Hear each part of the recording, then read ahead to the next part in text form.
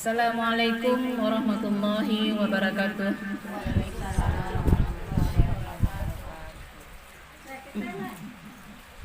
Alhamdulillah ibu-ibu.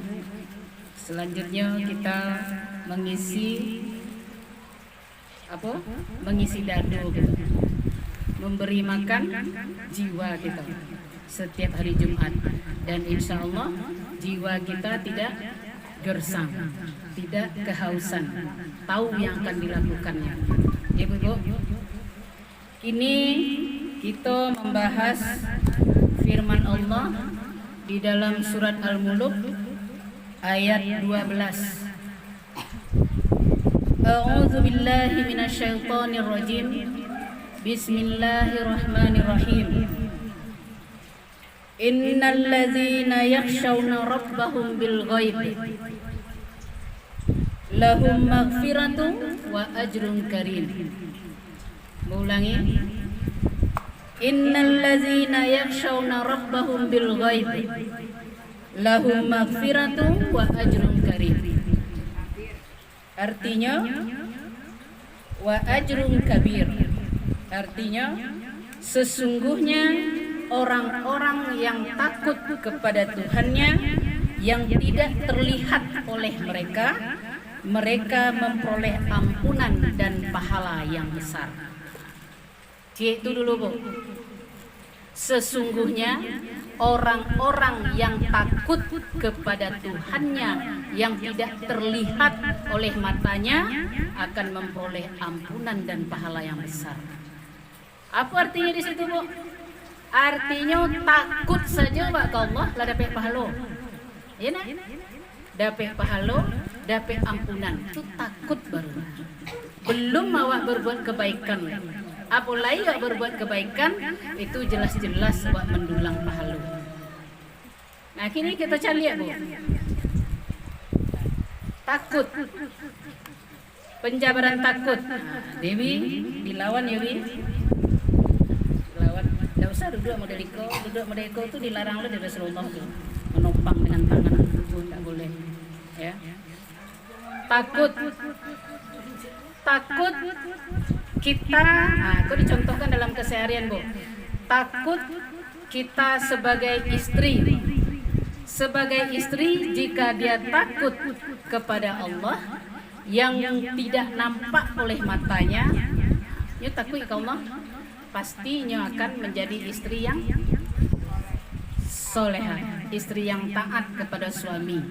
Bagaimanapun suami memperlakukan, Bu, entah sikapnya, entah tuturnya, ndak usahnya dijawe-jawe. Lebih baik diamkan saja. Aduh masuknya berubah beguna. Aduh masuknya. Itu ndak ada kuasa kita merubah suami itu. Sesuai jo keinginan awak, tidak ada kemampuan awak di situ. Biarkan saja Allah yang akan merubah. Tapi jawab tolong jo doa, mintakan kau. Tuh, istri yang takut kepada Allah yang tidak dilihatnya, tidak nampak dia awak, Bu. Kalau misalnya hantu nampak dia awak takut mana? Iko Allah tidak nampak dia awak tapi awak takut. Itulah kadar tinggi iman yang tertinggi. Terus kalau kita sebagai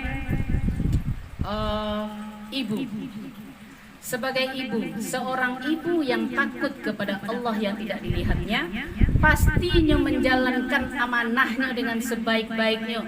Didik anak-anaknya jo agama, Bu. Ya enggak, Bu? Disuruh diajar anak mengaji. Itu datang kelompok Al-Hira ke rumah. Di situ disampaikannya, orang Sunda tuh, disampaikannya zaman kini ibu-ibu miris bana. Banyak orang Islam yang buta huruf Al-Quran. Banyak. Bahkan adanya pandai membaca, tapi sekedar membaca itu saja. Indak tentu panjang pendek, indak tentu tanda-tanda baca, indak ada dia. Indak ada tajwidnya sama sekali. Ini lah menganggapnya bisa. Padahal berbeda huruf Al-Quran yang keluar dari makhrajnya itu, berbeda bunyi, berbeda artinya. Jadi dosa nandape, Bu, indak pahala do. Nanti setiap huruf Al-Quran ini akan menuntut. Nah kini dimudahkan dengan teknologi, aduh Al-Quran digital kini. Kalau malu wak beraja jurang bu kalau lagae mungkin kan lagae beraja ngaji le beraja wak Al-Quran digital tadi. Nyo jalehan cie huruf ba bunyinya. Nah, jadi seorang ibu yang takut kepada Allah yang tidak dilihatnya, pasti anaknya dididik menjadi anak yang soleh solehah. Nah, kini kita sebagai seorang kakak yang takut kepada Allah yang tidak dilihatnya, tidak mungkin dia berlaku zolim kepada adik-adiknya. Tidak mungkin dia mengambil apa yang menjadi hak adik-adiknya. Dan begitu pula sebagai seorang adik, tidak mungkin dia suaranya melebihi suara kakaknya. Nyo dek bagak gua, dek kare hangok gua, hanya bitu-bitu lo kakak Allah. Kau dek dulu lagi aja nyo cik. Dah banyak orang begitu ingin nak ni dah. Dek dulu lagi kau nyo cik. Awak sapu nyo cik. Itu orang yang tidak takut kepada Allah. Allah tidak nampak dah cik. Jadi kadar keimanan. Nah, kalau kita seorang anak yang takut kepada Allah yang tidak dilihatnya. Bahas seorang anak tadi.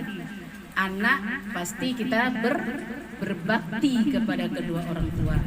Kalau tidak ada orang tua lah ibu, bahas cara berbakti, doakan. Jadi doakan orang tua ibu taruh siang malam 5 waktu solat tadi, doakan orang tua taruh. Itulah cara berbakti kepada kedua orang tua. Kalau kita sebagai mertua, kok dalam kehidupan sehari-hari sebagai mertua yang takut kepada Allah yang tidak dilihatnya, pasti akan berupaya memberikan nasihat-nasihat, contoh teladan untuk menantunya bagaimana menjadi istri yang baik untuk suaminya. Dah itu bu.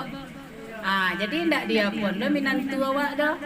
Ndak usah ditantui bananya, baainya kan kehidupannya. Cuman kalau nampak yang tidak wajar, tidak itu kita wajib mengingatkan. Modeliko tuntunan rumah tangga Rasulullah.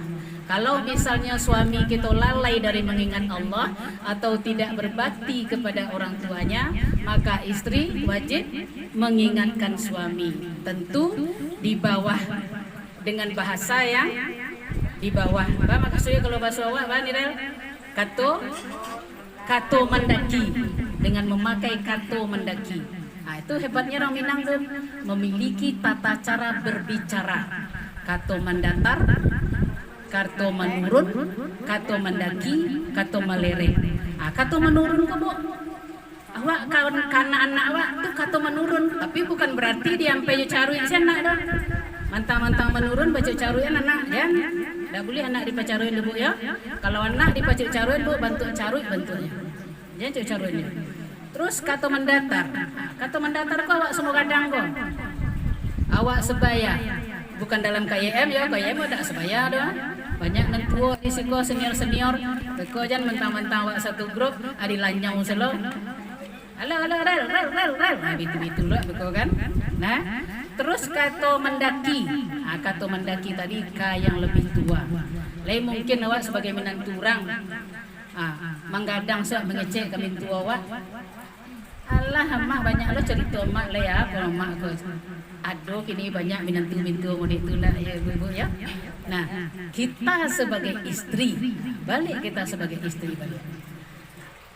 Jangan sampai kita menanamkan kebencian atau membuat jurang pemisah antara suami kita dengan ibunya, dengan saudara-saudaranya.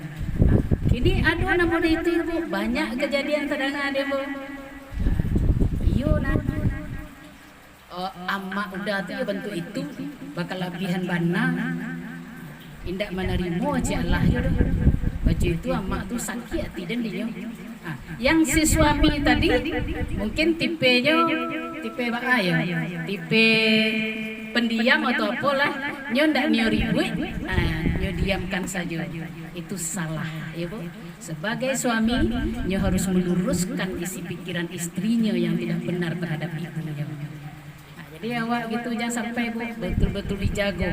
Nah, sebagai seorang teman, kita sebagai seorang teman satu kelompok yang takut kepada Allah yang tidak terlihat, mereka mungkin nak menyakiti hati kawan-kawan wak Bu.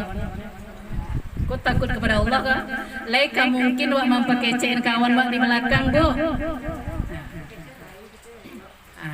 Eko ya kalau masih mempekecehin kawan di belakang Bu, berarti tidak takut kepada Allah. Jangan sesekali kita mempekecehin kawan di belakang. Di muka awak elok-elok, di belakang nyoba citu nanya baca itu nah. Hilangkan sifat seperti itu. Ya Bu? Belajar gitu Bu. Dari Jumat ke Jumat kita harus ada peningkatan, harus ada perubahan. Jangan mau dituju wak tarui hati nan kare, hati nan batu nan kaku segala macam. Tidak masuk kebenaran si Allah jodoh. Terus apapun yang terjadi dalam kehidupan wak Bu, introspeksi diri. Nah, jangan orang nak disalahkan, salahkan diri awak. Ya Bu ya. Terus cik lain yang perlu jombo sampaikan di situ, kita sebagai kelompok yasinan. Bareng Bu, yasin itu apa Al-Quran tuh Bu? Jantung Al-Quran. Kita adalah kelompok jantung Al-Quran. Itu harus ditanamkan. Jadi kalau ada sesuatu yang kita sepakati, sudah kita bicarakan, kita sepakati dan diputuskan, maka ambo berharap kepada ibu-ibu hormati hasil apa yang telah diputuskan. Artinya jangan ada suara